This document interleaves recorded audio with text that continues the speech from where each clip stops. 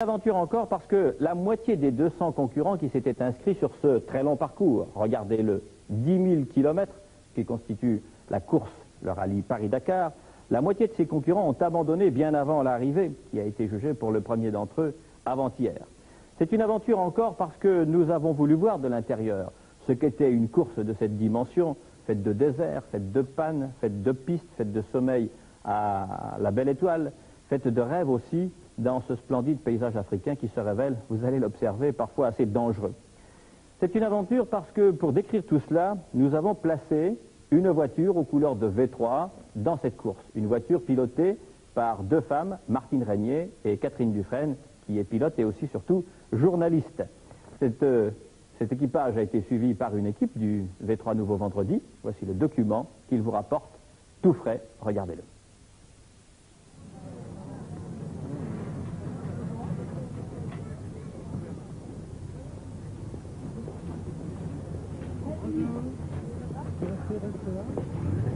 Les initiés l'appellent tout simplement Paris-Dakar. Plus qu'un rallye, c'est une espèce de raid, une ruée sauvage à travers l'Afrique, qui ressemble, disons, au vieux rallye de Monte-Carlo comme le rugby ressemble au football. En 3 semaines, 9000 km sur les pistes abominables du désert et des savanes. 165 véhicules, de la moto légère au camion de 26 tonnes. Des hommes aussi et des femmes, lancés chacun à la poursuite de sa chimère. Voilà. Ah ouais, elle est toute neuve. Mais je l'enlève plus jusqu'à Dakar. Hein. J'ai trop de mal pour la mettre là. Hein.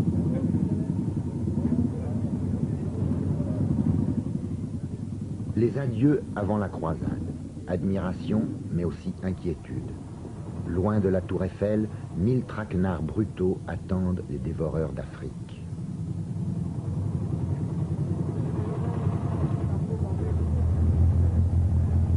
Attention, 5 secondes. 4, 3, 2, 1, stop!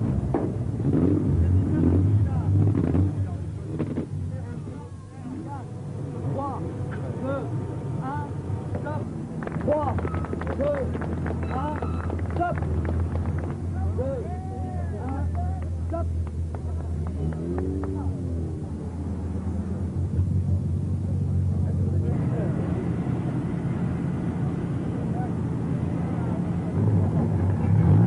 La Renault 4 s'impare à 4 roues motrices et moteur alpine des frères Marot, tacticiens habiles et prétendants sérieux à la victoire. La Range Rover de Martine Régnier et Catherine Dufresne qui portent les couleurs de FR3.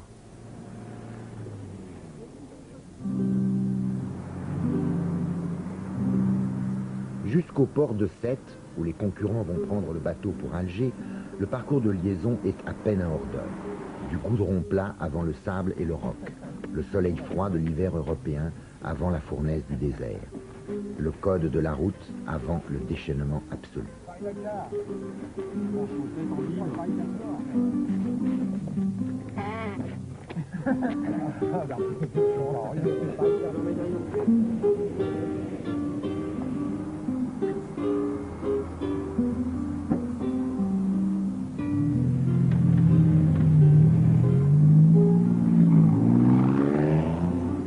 On a du mal à imaginer les rivalités et les bagarres qui précèdent le départ d'une telle épreuve. Organisateur du 2e Paris-Dakar, l'impitoyable Thierry Sabine a battu, cette fois, son concurrent Jean-Claude Bertrand et son rallye 5-5 en Afrique également. Les meilleurs pilotes et les appuis financiers ont choisi Paris-Dakar. On le saura. Vous avez dormi où?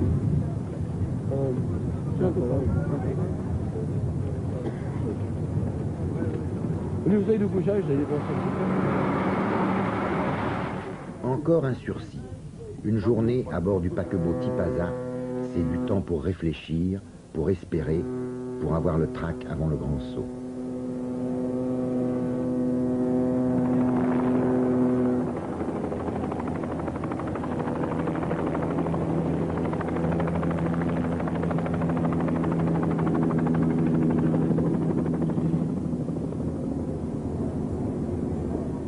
Finalement, tout le monde a ses chances, je pense. J'ai bien l'impression que ça va être un petit gars derrière les fagots qui va nous arriver. On va pas savoir comment, et sur la fin, il va tous nous coiffer. Ouais, regarde, l'année dernière, tu avais plein de favoris, et puis il y en a qui sont perdus. Et tu as vu arriver Terbio avec sa Range Rover, qui a grignoté gentiment, qui est toujours resté à peu près dans le coup. Et puis à la fin, il a attaqué les 3-4 dernières étapes. Et puis finalement, ils ont pris la tête, quoi. Il se produit beaucoup d'incidents sur une distance aussi grande. Et je crois que ce sera le véhicule qui aura le plus de solidité, le plus de fiabilité, qui l'emportera. Vous n'avez pas l'air inquiet pour les Vespa, là? Vous avez dit inquiet? Non, je crois que les pilotes, j'ai vraiment confiance en pilote et on a une assistance vraiment une assistance à tout poil. Ah, ce qu'on craint le plus, ça c'est difficile. Premièrement, les coups de soleil. Deuxièmement, les grains de sable dans les yeux. Et sinon la casse physique, mais là vous verrez d'ici quelques jours les protections cross qu'on aura, qui sera quelque chose de fabuleux. Place la Camelote. Non, ce qu'on craint évidemment, c'est de ne pas arriver à Dakar parce qu'on tombe ou parce qu'on abîme les moteurs. Moi je crains surtout la fatigue.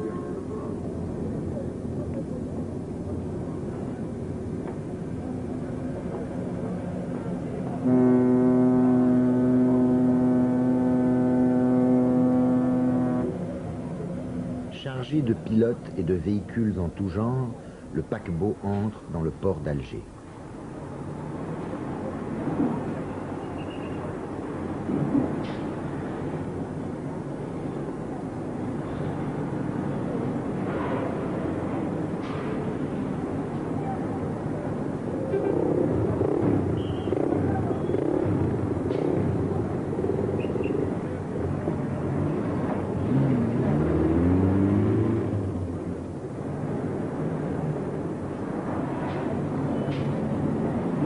Alger, premier regard que l'Afrique porte sur cette horde qui vient chercher des grands espaces afin de mieux fracasser ses trésors mécaniques. Sympathie, mais aussi perplexité. Le rallye va s'enfoncer dans l'Afrique sans jamais la pénétrer vraiment ni se soucier de la comprendre. Ici, parcours de liaison entre Alger et Djelfa. Premier bivouac. Les coureurs, comme chaque soir, ont planté leur tente, quand ils en ont eu. Oui, la nuit, je cherche la nuit. La journée est brûlante, la nuit est glaciale. Au petit matin, première empoignade sérieuse avec l'étape spéciale chronométrée Djelfa-Gardaya.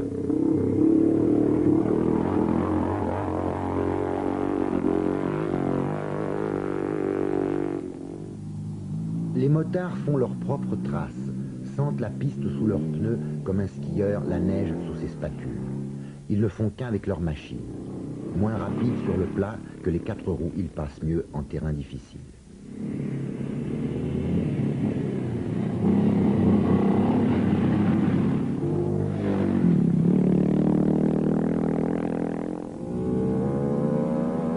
Les scooters Vespa en action. Bien pilotés et assistés, ils se comporteront très honorablement sur ce terrain paradoxal. Classique ou spécial, 2 ou 4 roues motrices, budgie ou camion, les voitures plus rigides sont plus vulnérables aux pièges de la piste. L'Afrique est un banc d'essai impitoyable pour les véhicules. Elle fait vite la part de la frime et de l'efficacité.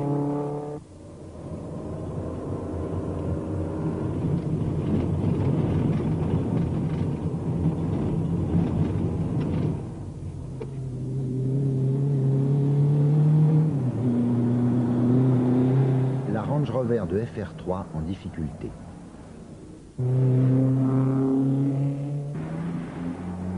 une pierre parce que si ça avait été une pierre, le bout de métal il serait rentré. Là apparemment ça a cassé de l'intérieur. Je sais pas s'ils ont pris un pont. Je sais pas, tu te souviens pas toi s'ils ont pris un pont chez British? On est mal, hein? Ils sont là pour faire résistance. Oui, Les tyrans. on est là pour faire Et c'est le long du... Une des Volkswagen Iltis, épouvantail du rallye. Premier blessé. Lancées à fond de train, les voitures rebondissent souvent et exécutent d'effroyables séries de tonneaux. Les motards s'effondrent. Le service médical du rallye talonne les concurrents avec ses Méhari 4x4. En cas d'urgence, l'hélicoptère intervient.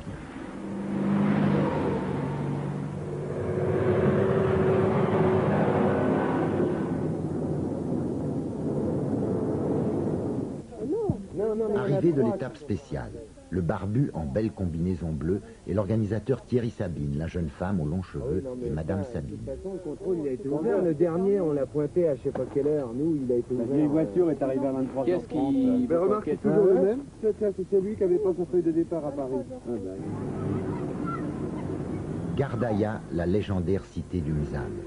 Mais le rallye, qui court après son rêve de bruit et de violence, n'a guère l'âme contemplative. Il ne s'agit jamais d'être là, mais d'être ailleurs le plus vite possible. L'Afrique existe, oui, mais seulement comme une histoire que les accidents du sol racontent aux pneumatiques.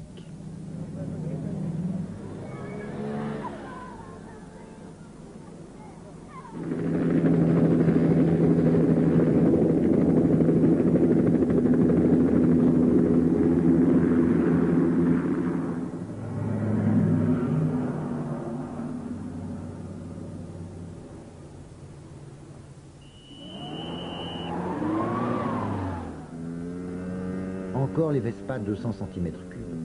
Un pari cocasse qui a été tenu. J'ai trouvé le spécial pas très difficile. Ce qui fait que j'ai allumé un petit peu trop après. Et j'aurais pas dû. J'aurais pas dû parce que je suis tombé parce que j'étais trop en confiance, je crois. Ça me servira de leçon en tous les cas pour l'avenir. Cet homme au nez écrabouillé est l'un des 5 frères d'Aboville, quintuple vedette du rallye. Également myope et courageux, les d'Aboville sont venus des 4 coins du monde où ils résident pour jouer affectueusement les Dalton sur leur 250 Kawasaki. À une exception près, ils étaient en moto des novices. La plupart des véhicules sont équipés de réservoirs supplémentaires et de ce fait, il faut compter un minimum de 15 à 20 minutes par véhicule. Pour les motocyclistes, bien entendu, ça va plus rapidement, ça prend 5 minutes à peu près. Il y a longtemps que t'attends là? Depuis 6h30 ce matin, j'attends ici, je suis furieux, j'ai pas encore pris de pénalité depuis Paris, j'ai juste pris 8 minutes à Olivet. La traction va bien et j'ai peur de prendre des pénalités ce soir, que le CH soit fermé à l'arrivée, puis rouler de nuit, ça m'ennuie. Ça va être difficile sur le galop. Il faudra rouler de nuit, ça m'ennuie, je suis furieux ce matin. Nous on a attendu hier soir depuis 9h jusqu'à 1h du matin. Puis à 1h on a dit qu'on ne pouvait plus, puis on était encore 4. Alors ce matin on a recommencé depuis 6h à 9h30. Ce sera bientôt mon tour.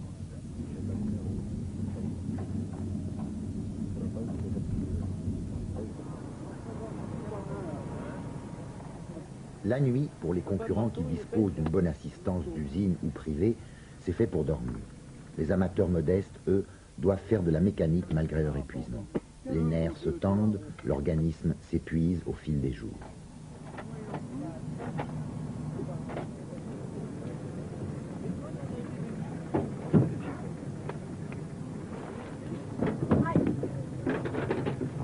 À la 1, à la 2, à 3. Elle avait de l'eau là, juste là.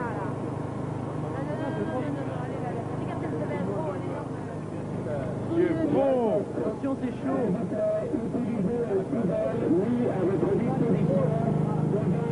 Devriez vous pousser quand vous avez bien servi. C'est pour mon quart d'histoire. Ah oui. Non mais ça va pas beaucoup de monde. Il a grandi. Ah non, c'est de dévers. Un petit peu, les pour deux. Non, tu repasses après. Ah, mais on a une assiette pour deux. Oui, je t'en ai mis 4 derrière.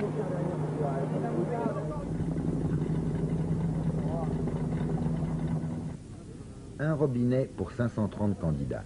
Les plus malins se lavent, les autres se frottent juste les yeux avant de partir au petit matin. Quant aux organisateurs, eux, ils se réservent aux bonnes étapes les rares chambres d'hôtel.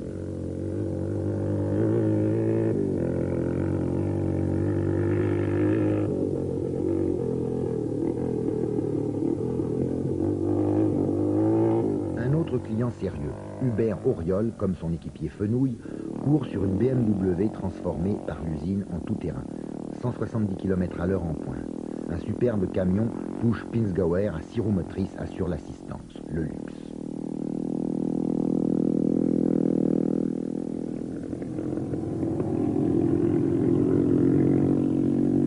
Au début du rallye, les motos sont relativement dominées. Tout va changer. Entre les dunes et dans la savane, ce n'est que lutte au couteau et coup de théâtre.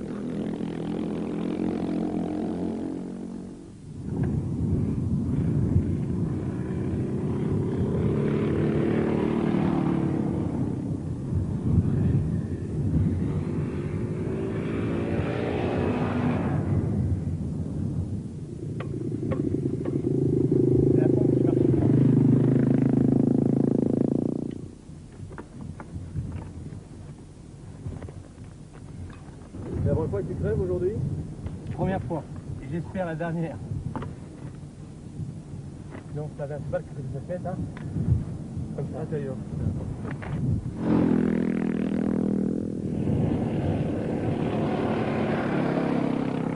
À quoi? Un tournevis cruciforme. Je comprends pas. Un tournevis cruciforme. Avec 4 machins, c'est ça là. On a perdu l'alternateur. L'alternateur? Ouais. Bon, moi je vous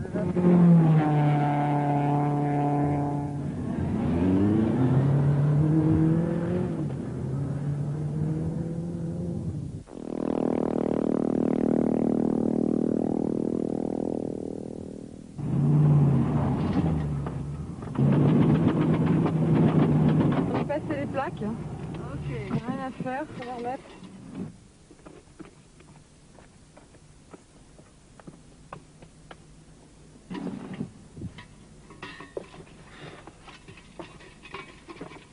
Oh putain, pourquoi il nous fait ça?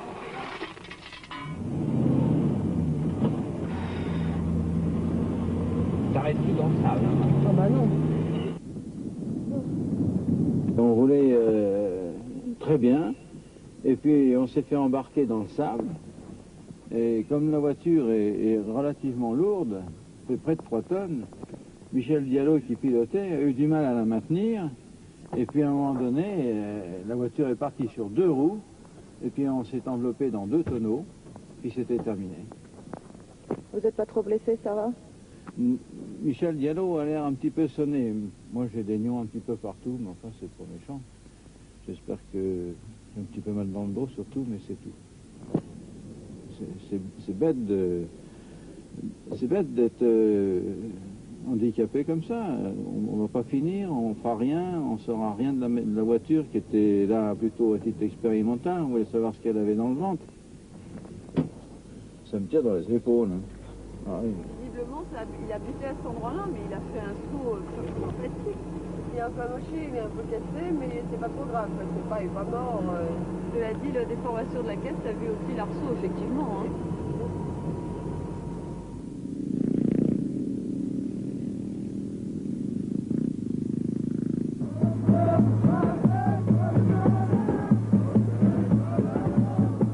Une fête quelque part dans le sud.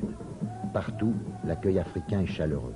Mais les coureurs, enfermés dans leur monomanie épique, ont bien autre chose en tête. Ce soir-là, on a perdu un concurrent. Il ne sera retrouvé que 5 jours plus tard.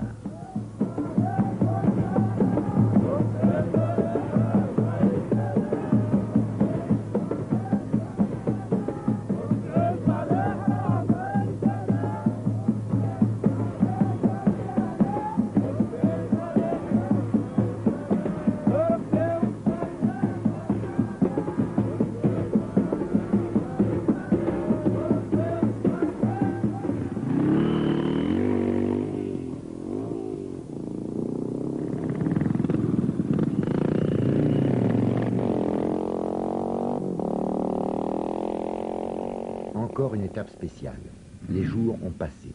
Les lignes de force se dessinent, la lutte devient impitoyable, tout est plus dur. L'espoir, la rage décuplent l'agressivité contre les autres, contre soi-même, contre les machines, contre tout. Les motos attaquent les autos qui se défendent. Les casses et les chutes se multiplient.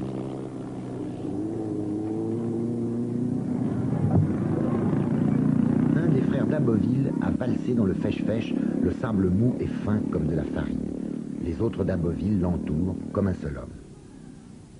Attention.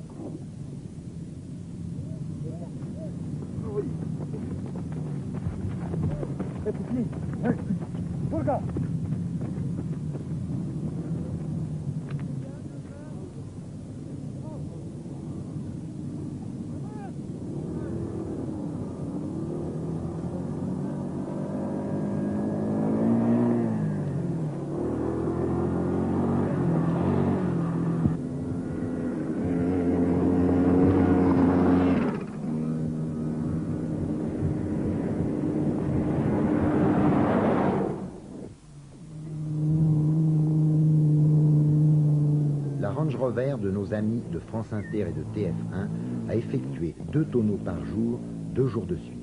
Le dernier était le bon, c'est fini. La tension continue à monter. Dans certaines voitures, on ne se parle plus, on se hait. Il suffit d'un rien pour que les nerfs à vif fassent des nœuds. Les motards solitaires par définition sont moins chatouilleux. Ils ne sont responsables que d'eux-mêmes pour le meilleur et pour le pire.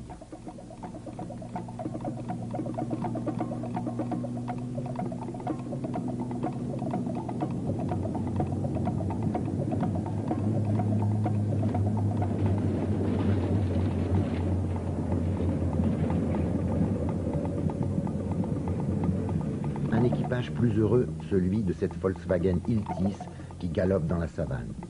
Tout va bien, jusqu'au moment où un pépin... Là, ça paraît curieux en tout cas.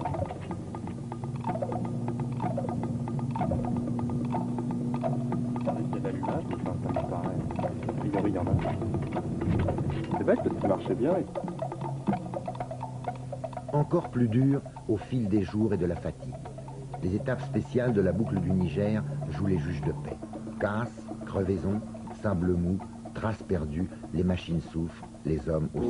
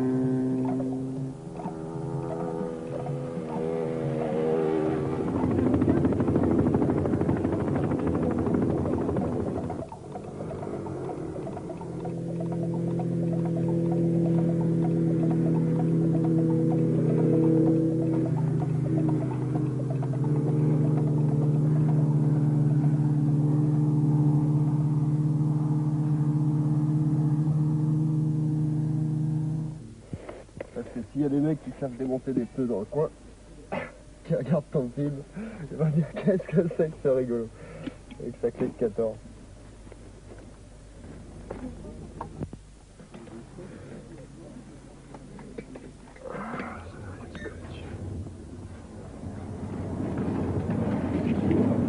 Ouais, ils passent tous comme des bombes.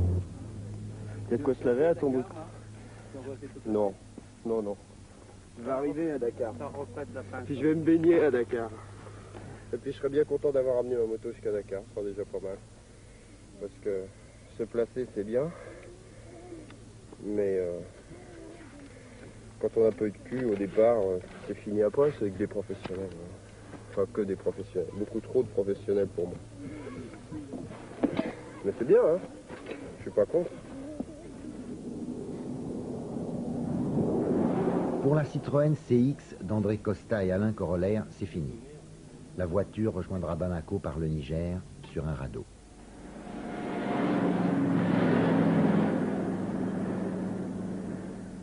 Non, on n'a pas eu de problème du tout jusqu'à maintenant. Tout s'était bien passé. On en a eu qu'un, mais un gros. Oui, un problème irrémédiable, celui du moteur.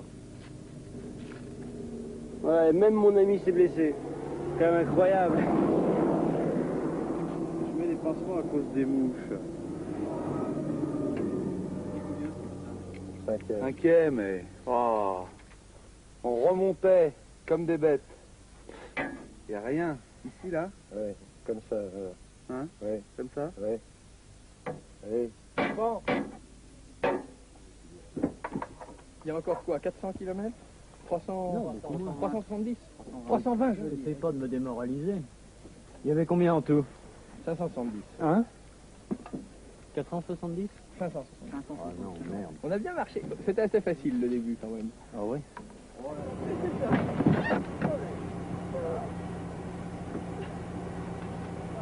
Évidemment. On peut la santé pour voyager. Ça va. Ça va. Tu mets de l'air, oui, ça va. Oui, mais de l'air, il a plus. T'as vu, regarde. Cette petite chose-là, c'est à tout arracher. C'est ça la ficelle. Oh là là là là là. Il faudrait trouver une grande rondelle. En tout cas, c'est vachement long aujourd'hui. Deuxième panne pour Martine Régnier et Catherine Dufresne, les pilotes de FR3. Les deux jeunes femmes, hors temps mais non pas hors course, atteindront quand même Dakar. C'est plus impressionnant que chose.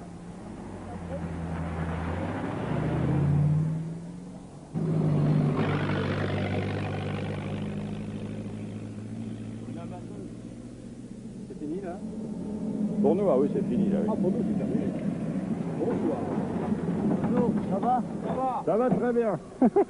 À part nos collègues. Pour Tombouctou 250 km. Ce qu'on a attaqué ce matin, crois-moi que j'aurais voulu voir certaines voitures faire ce qu'on n'a pas roulé pensé, pour pouvoir doubler tous les camions qui étaient devant nous. Bah, c'est la course. Hein. Faut bien se payer du plaisir, maintenant c'est fini, c'est fini. Nous, on n'était pas largués, nous. Pas de problème. Nous, on n'a pas de problème sauf comme dans le domaine là. Hein. Ça allait tout droit. On a un blaze.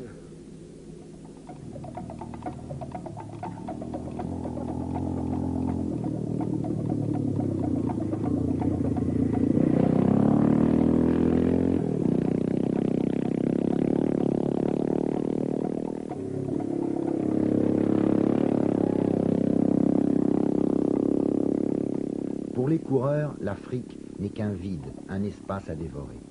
Pas question de tourisme, bien sûr, mais le divorce est encore plus fondamental.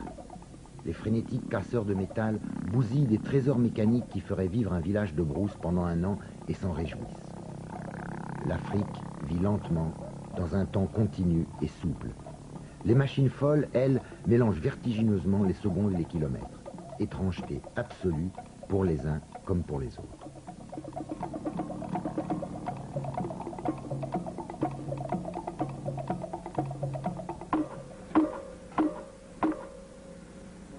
Elle n'est pas arrivée, elle est tape, hein. J'en ai pas d'assistance. Et je suis en tête. Ouais. C'est combien là? Premier. Premier au rallye. En moto, hein. Oh, classement scratch, je sais pas encore. Je suis premier depuis aujourd'hui.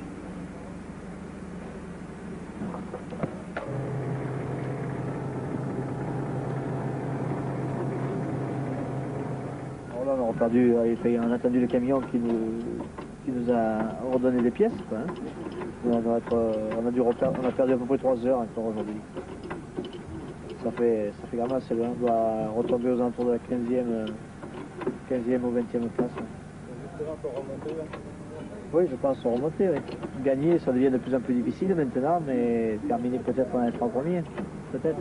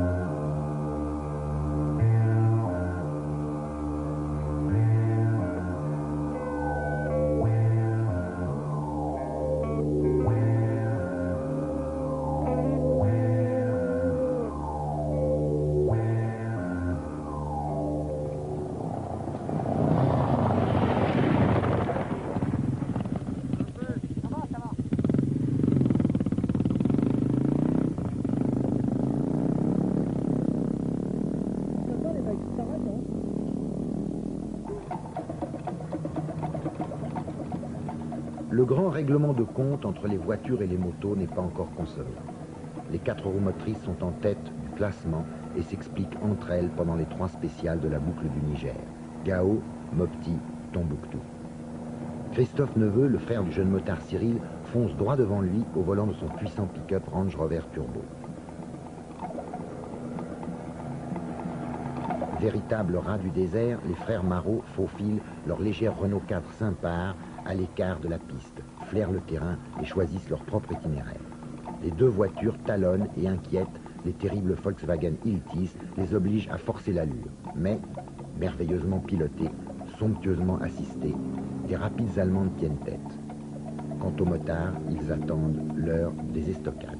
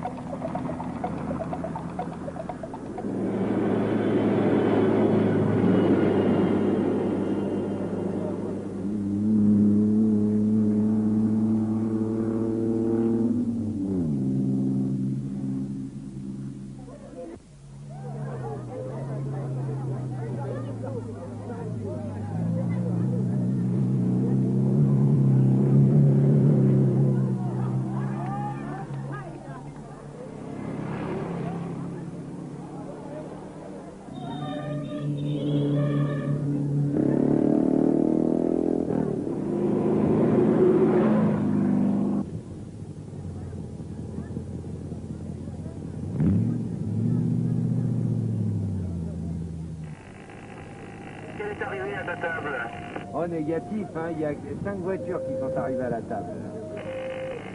Voilà, bon d'accord. Bon écoute, dès qu'elle est là, bah, tu lui permets de passer son papier, hein, en direct. C'était très dur. Non, c'était la plus dure depuis le début du rallye, certainement. Et bon, pour nous qui ne connaissions pas du tout le terrain, c'était d'autant plus dur, à compte de tous les trous et tous les bancs de sable. T'as jamais une facture dans ce côté-là? Non. On va les casser là, mais elle n'est pas déplacée. T'as jamais une facture dans ce côté-là? Non. On va les casser là, mais elle n'est pas déplacée.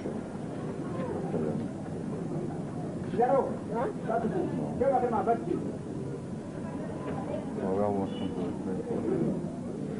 J'ai démarré à Paris au prologue 35e, et au fil des jours, avec la régularité puis la casse des autres, j'étais progressivement 20e, 8e, 2e, 1er, et puis ce soir, je suis redescendu 1er, redescendu 2e, quoi. C'est une course dure, mais plutôt nerveusement, et la plupart des gens qui ont craqué, c'est des gens qui, je crois qu'ils n'étaient pas bien préparés, parce que à plusieurs reprises, on a vu des gars très costauds qui finissaient par craquer, qui finissaient par s'effondrer nerveusement, au moral, quoi. Quand on voit le nombre de voitures remplies de pièces, etc., on peut se permettre de tirer énormément, de solliciter la mécanique et de changer le soir. Il y a des motos qui repartent le lendemain entièrement reconditionnées. Alors que depuis Paris, j'ai une moto absolument identique et puis en bon état. Mais donc il a fallu que j'y prenne soin, donc il a fallu que je tire moins dessus. De toute façon, comme je partais pas pour gagner, j'ai emmené un appareil photo et j'ai joué les touristes par moment. Maintenant, je me suis un peu pris au jeu parce que j'ai pas fait exprès d'être premier. Et je trouvais ça un peu idiot de laisser ma place facilement, quoi.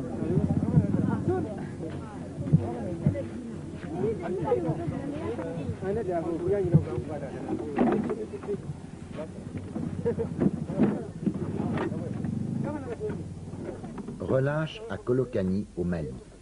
2 jours de repos en tout sur 23 jours de course. Pour les assistés, les aristocrates, sommeil de plomb. Pour les amateurs prolétaires, mécanique forcenée. Le rallye va bientôt se jouer. On rapetasse, on affûte.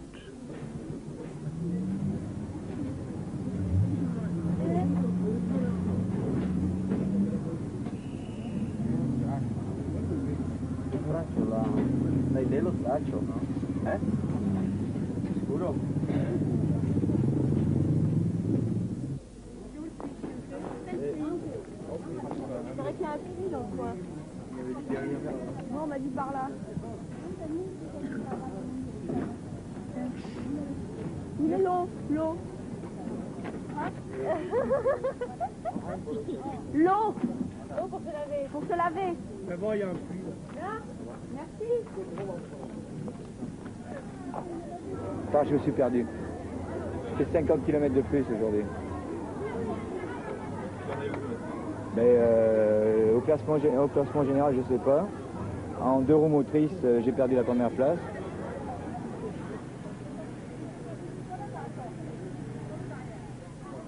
Non, je ferai un peu les dernières choses.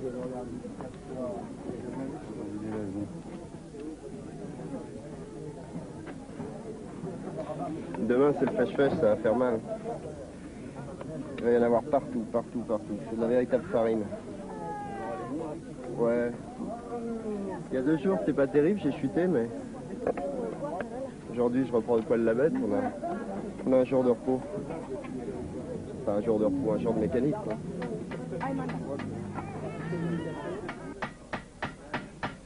Ça s'est à peu près bien passé, à part les crevaisons multiples, puisqu'on a crevé 9 fois depuis le départ d'Alger, ce qui est tout de même pas mal. Ça s'est donc à peu près bien passé jusqu'à Gao, au retour de la boucle de Gao, qui était pourtant bien difficile.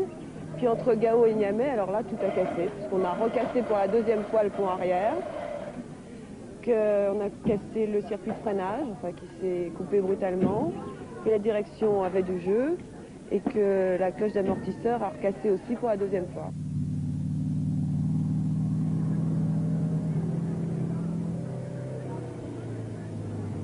Devant la gare de Bamako, Hubert Auriol, en tête des motos depuis 10 jours, 3 fois vainqueur d'étape spéciale au scratch, c'est-à-dire toutes catégories confondues. La BMW blanche ne sera pas à Dakar.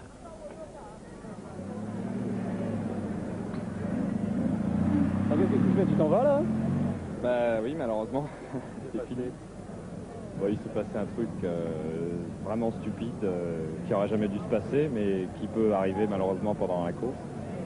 C'est-à-dire que j'ai coincé ma boîte à 10 km de Ouagadougou, l'autre jour dans la longue spéciale de liaison qui faisait 1300 km. Et je me suis retrouvé arrêté à 10 km. Ça faisait 1 heure que j'étais arrêté. D'un seul coup, je ne sais pas pourquoi, j'ai fait une fixation sur le fait qu'à 10 km, il y avait de la lumière, que je pourrais réparer, que je pourrais me coucher, dormir et que je serais prêt le lendemain. Et puis il y a un taxi brousse qui s'est arrêté, je suis monté dedans, je sais pas pourquoi je suis monté, pourquoi je suis pas monté. C'est malheureusement des choses qui s'expliquent pas, mais il y avait un contrôle à l'entrée de Ouagadougou. Et donc il y a des gens qui m'ont vu, je me suis arrêté, et puis à partir de ce moment-là, c'était terminé, parce que le règlement est formel là-dessus, on n'a pas le droit de transporter son véhicule. Sans aucun doute, Auriol dit la vérité. Il n'a pas triché. Épuisé, drogué de fatigue, il a agi dans un état second. Capable de raisonner, il aurait analysé la situation et ne serait pas tombé comme une masse dans le piège qui lui coûte peut-être la victoire. Tu vois, moi depuis le début, j'ai pas de lumière. Depuis le début, j'ai pas de lumière parce que nos éclairages ont été soi-disant simplifiés. Tout a grillé, il n'y a plus de régulateur, il n'y a plus rien. Alors, quand parfois je pourrais finir une étape en 2 heures de nuit, ben, elle me prend toute la nuit pour la finir. C'est comme ça qu'à Tombouctou. Je suis arrivé le matin, les autres partaient. Alors je suis reparti. Je suis arrivé à Gao dans les phares d'une voiture. J'avais fait 38 heures de moto, j'étais complètement mort. Il y avait 2 de mes frères derrière moi qui sont arrivés aussi à Tombouctou le même matin. Ils sont repartis pour Gao, puis on les a pas revus. Quand on fait 6 heures, 7 heures, 10 heures, 12 heures de moto et qu'ensuite on peut manger et dormir, c'est bon. Quand on en fait 38 comme lui, eh ben, on a beau en vouloir tout ce qu'on peut, il y a un moment où ça ne suit plus. La course, elle est très dure pour des champions qui foncent parce que ces gars-là, ils prennent des risques. Pour des gens comme nous, dont le but, à cause de notre technicité et puis de notre matériel, notre but c'est surtout d'aller à Dakar, comme beaucoup de gens d'ailleurs. La course est tout à fait possible. T'as pas un savon? Pas de savon? Il faut qu'elle le lave maintenant. C'est loin de sécher. Plus le rasoir.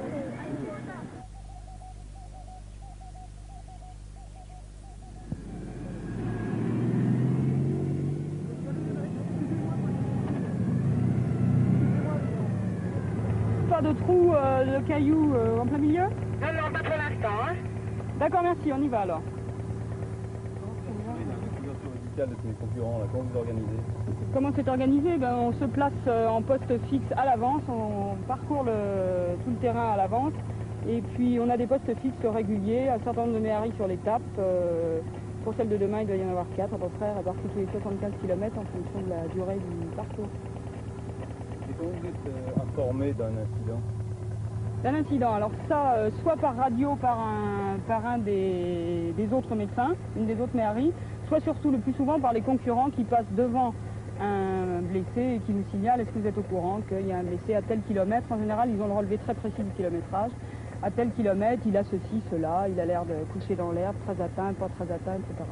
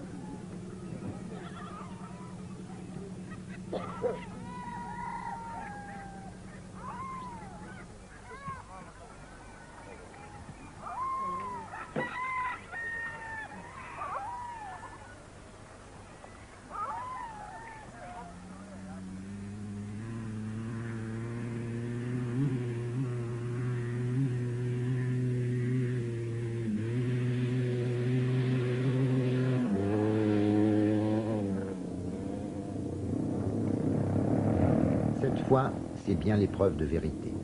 L'an dernier aussi, le Paris-Dakar s'était joué du côté de Kolokani, de Nioro du Sahel et de Cagnes.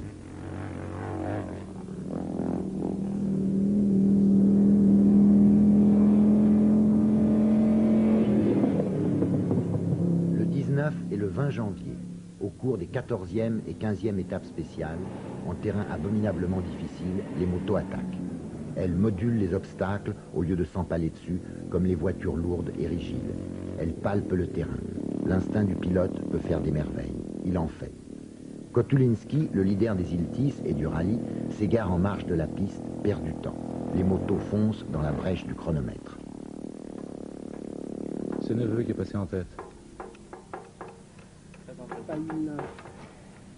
Il attaque, hein, c'est sûr. Il n'a plus qu'une demi-heure à rattraper sur les autres et il espère bien remonter Lioré. Surtout que Lioré, je crois qu'il est arrêté dans le même trou où je suis tombé. Il a dû tomber aussi. Et vous êtes sûr que Neveu est passé? Il est passé en tête. J'ai vu une moto ratée.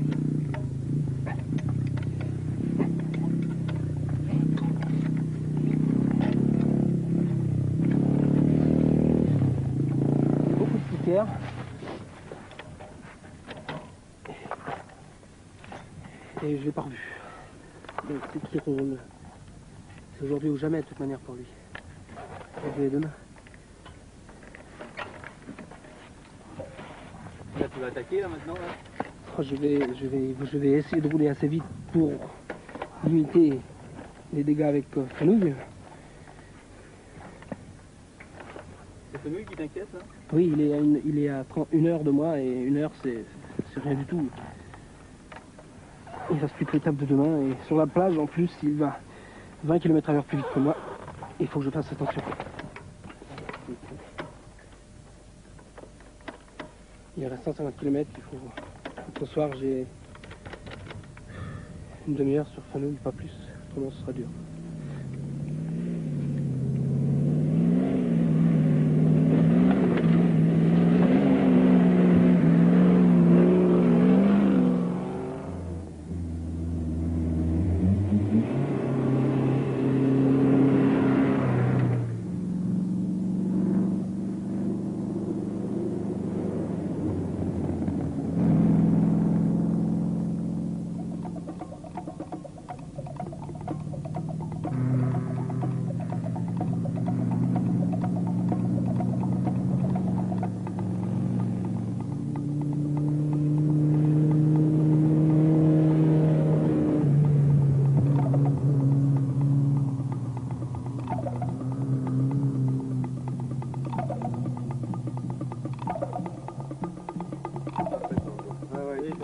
Vous allez nous aider à remettre?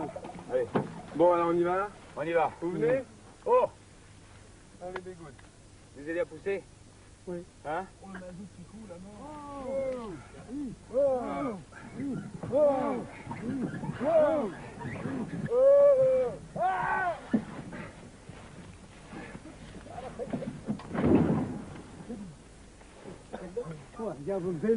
Merci les gars. Hein. Oui. Merci.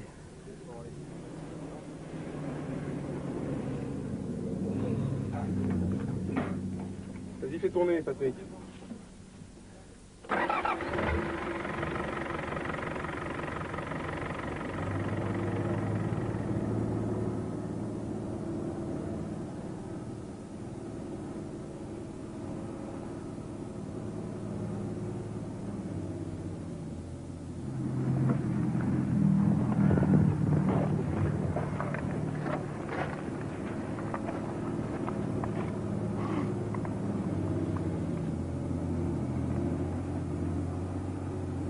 Même à moto, il y avait des femmes.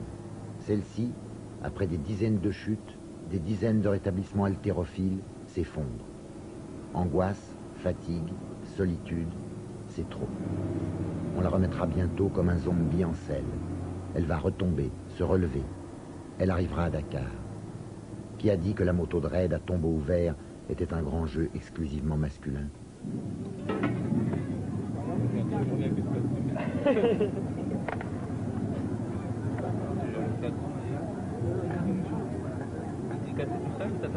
Non, non, c'est quand j'ai fait mon tour, j'ai gabiné.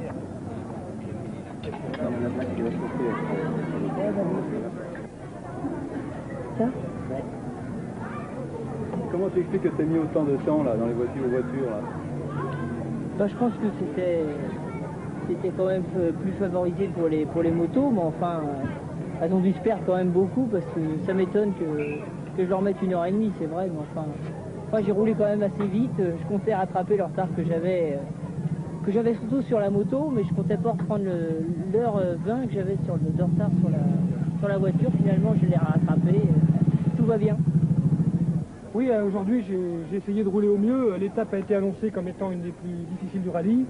On était prévenus. Il s'est avéré qu'elle était difficile, mais qu'elle n'est pas tombée quand même dans l'extraordinaire. Et Cyril Neveu m'a quand même mis un quart d'heure. Donc, il allait beaucoup plus vite aujourd'hui. Enfin, ça me prend quand même, je prends la 2e place et je suis quand même très satisfait. Hein. Demain, c'est une épreuve encore assez difficile. Et je pense que demain soir, si j'arrive à cette place-là, bon, bah, j'espère que ça tiendra le coup jusqu'à Dakar, parce qu'on a quand même hâte d'arriver maintenant. Hein. Enfin, j'espère que, vu l'avance qu'on a sur le plan du chrono, j'espère quand même faire une course assez sage demain pour consolider ma 2e place. Dommage assure maintenant, c'est fini ça. Je suis à 45 minutes d'avance sur le 2e motard, donc ce qui m'intéresse avant tout c'est le classement moto, le classement scratch. Je pense que je l'aurai aussi si je fais pas de bêtises. C'est pas fini encore de toute façon. Ce qui est marrant, c'est que tout est remis en question à nouveau et que demain Kotulinski et Zaniroli vont se battre à 3 minutes, puisqu'ils sont à 3 minutes l'un de l'autre au classement général, et nous à 27 ou 29 minutes derrière. Donc rien n'est encore joué. Ah, les motos nous ont mis la valise aujourd'hui, je crois, avec Cyril qui a dû mettre, je crois 4 heures ou un peu plus de 4 heures pour faire le parcours. C'est dingue. Au départ, ça aurait dû être Jeannot avec le proto qui aurait dû dominer haut la main, et étant donné ses ennuis, il s'est trouvé que c'était Kotulinski. Bon, bah, il n'y a pas de problème, on va pas essayer d'aller chercher. Hein. Faudrait que je remonte, hein. Ouais. Non, mais je crois pas. C'est trop tard.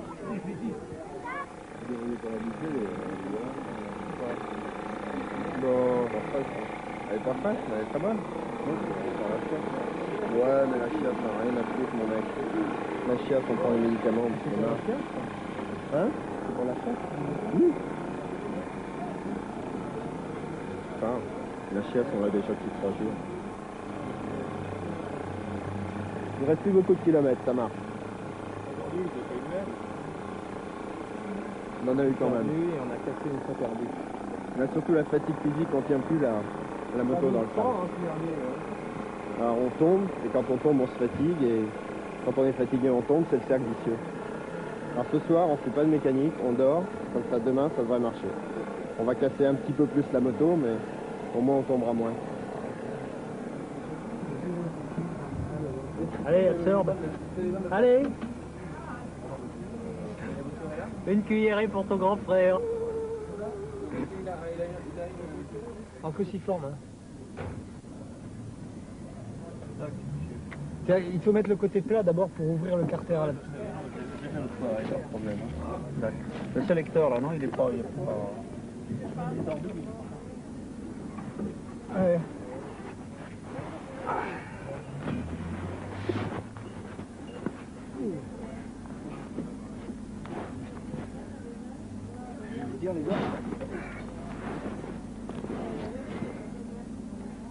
Le poignet cassé au cours de l'étape précédente, une jambe infectée, Jean-Pierre Loret prendra quand même le départ sur sa Yamaha après une nuit de douleur.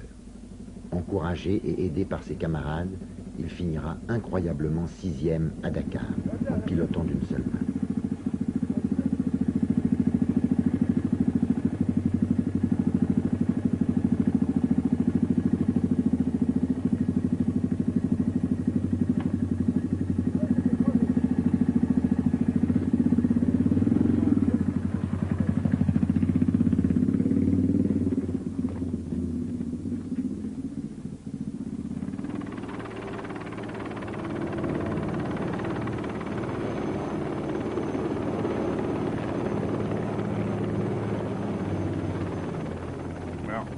Moi, c'est vraiment une régression de 2000 ans dans le mode de vie, là. Enfin, en principe, comme c'est ce qu'on veut chercher, je vais pas me plaindre, hein. S'il se passait rien, on serait déçus. On se demande pourquoi on viendrait. Ça fait longtemps qu'il est passé, l'autre Vespa. Il y a un petit moment, oui, 1 heure. 1 heure, 1 heure, 3 quarts d'heure, 1 heure. Ouais, il est déjà arrivé. Ouais, c'est ça.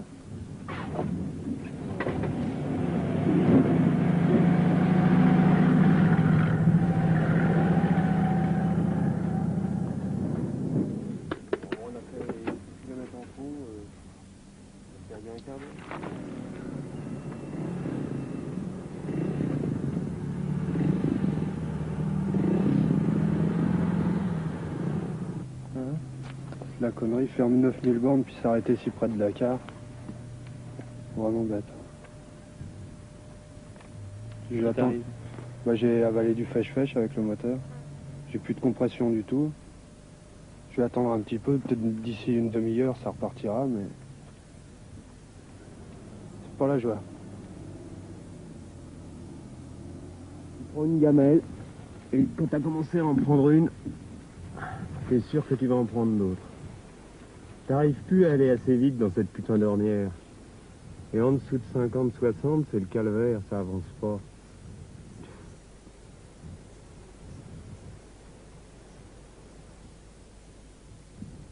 Il y en a derrière moi. Ouais. Oula. Il paraît que vers la fin, c'est un peu moins dur. Ouais, c'est 50 bornes moins dur. Ouais.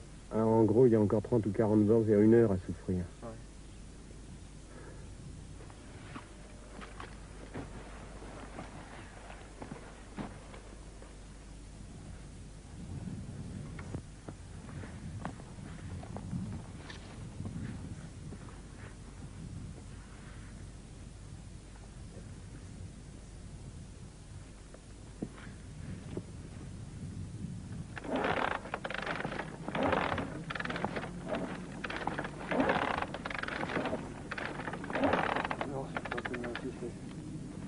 D'ici un quart d'heure, elle repartira peut-être.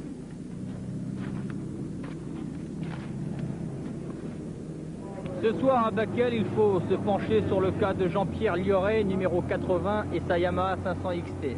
Encore en tête du classement moto il y a 72 heures, il a chuté dans une spéciale entre Kolokani et Nuoro du Sahel. Ce soir, à Bakel, Jean-Pierre Lioré pense ses blessures et dans son plâtre, il a réalisé une spéciale de plus de 200 km en tenant son guidon d'une seule main. Il n'est pas pour autant descendu dans les profondeurs du classement. Rappelons que Jean-Pierre Lioré, originaire d'Alençon, ancien éducateur, 29 ans, est parti de Paris, son sac à dos sur les épaules, pour seule assistance, une clé à molette dans l'une de ses poches. Jean-Pierre Lioré, au fil du jeu, a remonté par le jeu de la régularité et de la résistance. S'étant aperçu à Gao qu'il était dans les premiers du classement, il s'est débarrassé de la plupart de ses affaires personnelles pour attaquer telle une bête et remonter dans les tout premiers du classement.